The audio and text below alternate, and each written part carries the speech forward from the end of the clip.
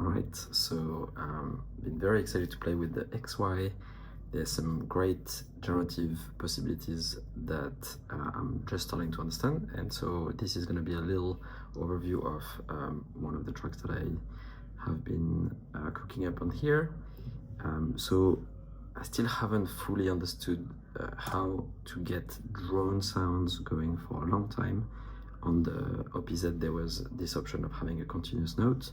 Here there is one player which is called hold, but you have to get it started with the first note. So it means that every time I boot up the XY, I have to kind of like remember to play those notes. So I've got two drone sounds, and for those I've actually recorded some variations over the length of the pattern. So you can really like record movement across quite a long bar. So in this case I've got like 8 kind of like times the length of the bar, so that gives me quite a lot of variation. So we'll pause this for now. Then there's this nice little road sound that came kind of like directly with the presets, and for this one I've actually kind of like recorded a little theme that comes and goes, and then some chords. So in this case there's a little bit of kind of like LFO that is moving some of the parameters of this really cool synth engine, and that allows me to have a little bit of kind of like depth and movement.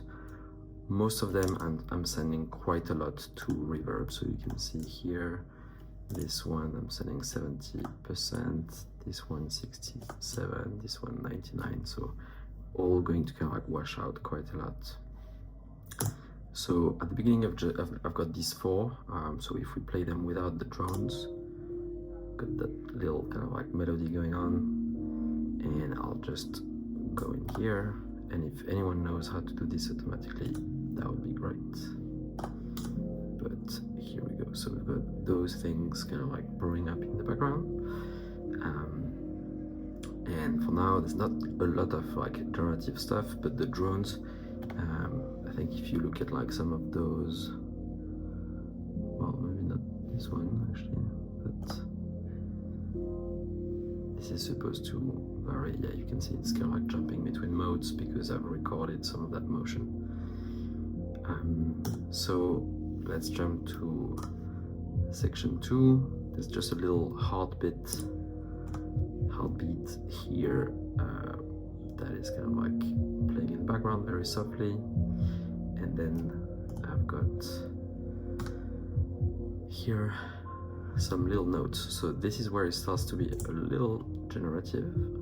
So this is actually another sample of piano that is recorded, and here if you see, like, this is all the same note that I've kind of like recorded over this kind of like bar, and you can also see that like it doesn't go all the way to kind of like the 16 steps, because I've made this a little bit shorter so that it keeps on kind of like repeating at different intervals.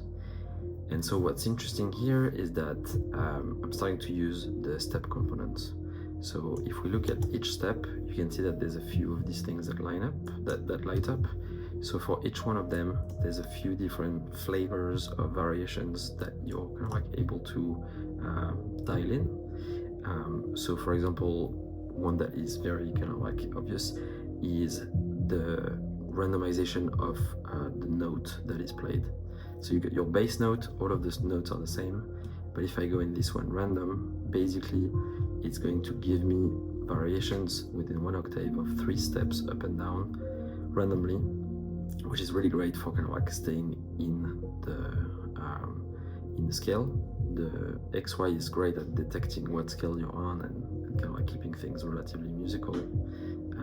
This one is basically kind of like going to crescendo, go up in the scale, and this is for varying the velocity. So for each one of them you have kind of like lots of different options. Usually the last one here, 0, is for randomizing this at each kind of like path, which is really my favorite thing to do. And so what else do we have? Well, I think this one, it's got a multiply, so sometimes it's going to kind of like retrig, which creates a little bit more variation. And then this one actually is one of the things I'll use the most. Basically, you can choose to only trigger this every kind of like 2 bars, 3 bars, but also like again with the 0, you've got this randomness. So that's already going to kind of like keep on varying, always quite different. And so now if we go into, I think, where am I going? No, that's not what I wanted. So that's kind of like now all working together. But in the second kind of like 8 instruments pages here, you start to have some interesting stuff. So the first one is brain. You can like change the scale you're in. But what I'm leveraging here is those kind of like punch-in effects, and those I've pre-recorded a few different kind of like punches of effects that are kind of like interesting, so they'll add a little bit of randomization. Usually they are like only 1 or 2 notes, so they're not so obvious, and for each one of them I've also kind of like made them trigger only a random kind of like probability, so that for some of them, so that also introduce a little bit of variation from bar to bar. And so this already adds a bunch of kind of like variations, because this will mess with all the instruments. You can choose if it actually does mess with all the instruments, I think. No, maybe not. But no, that's across all. But this part of the kind of like step of the punch-in effects are already for your musical instruments, whereas this one is for your kind of like drums. But here there's really no drums. And the last step is when I'm going on my section 5, and here there is this very cool, I think it's here, so it's the tape. So basically here it's recording continuously like that audio, and you've got a chance of actually like putting a playhead at a different kind of like moment in time, and you can mess with the speed and the length of that kind of like playhead. So you can see that here I've got a few kind of like punched in effects that are kind of like taking the playhead to a different part of the bar, and the same thing, I'm making them triggering kind of like a different rate. And I find quite important in that case to be melting well with the rest of what's going on, is to kind of like actually not make that fully dry, but like make it blend kind of like with the rest. And yeah, and so basically that's mostly what's going on. And the final thing is that I've got like quite a lot of like delay and reverb. The reverb is nice. I wish it was a little bit more lush. The reverb, like the mother reverb on the OP1 field, is like just a step further, and so but that's already like plenty to mess around with. And yeah, so basically then you can just key in which of those scenes you want to kind of like play. So when I record it, I actually kind of like put quite a lot of bars, and they kind of like go more and more kind of like busy, and then they'll come back to more quiet, and then it'll just kind of like loop round and round. So you could literally like put this for an hour before going to bed or something like this, and it's just gonna play in the background. So it's quite cool. All of it with the kind of like stock presets. I haven't like loaded in any new sounds or anything. I haven't even like plugged it to the computer yet. So very capable sequencer. It's gonna be, I think, my favorite workflow, because you can just do so much here. And eventually I'm sure I'm going to pair it with a few of the kit, but there's plenty to explore already.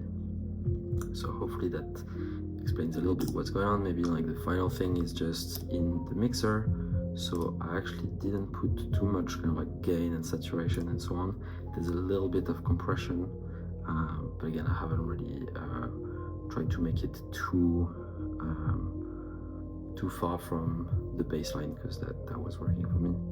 And then in the video that I've put on on YouTube, I'm actually recording this on a tape loop, so there's a nice kind of like crunchiness coming from the fact that it's going to the Marantz and to tape, but it's already working with just the XY. So hopefully that's a little insight into how it all works.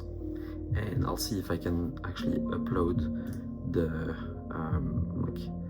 the project file, because I imagine that they are relatively easy to load up. So if anyone is interested, I can do that as well. Here we go.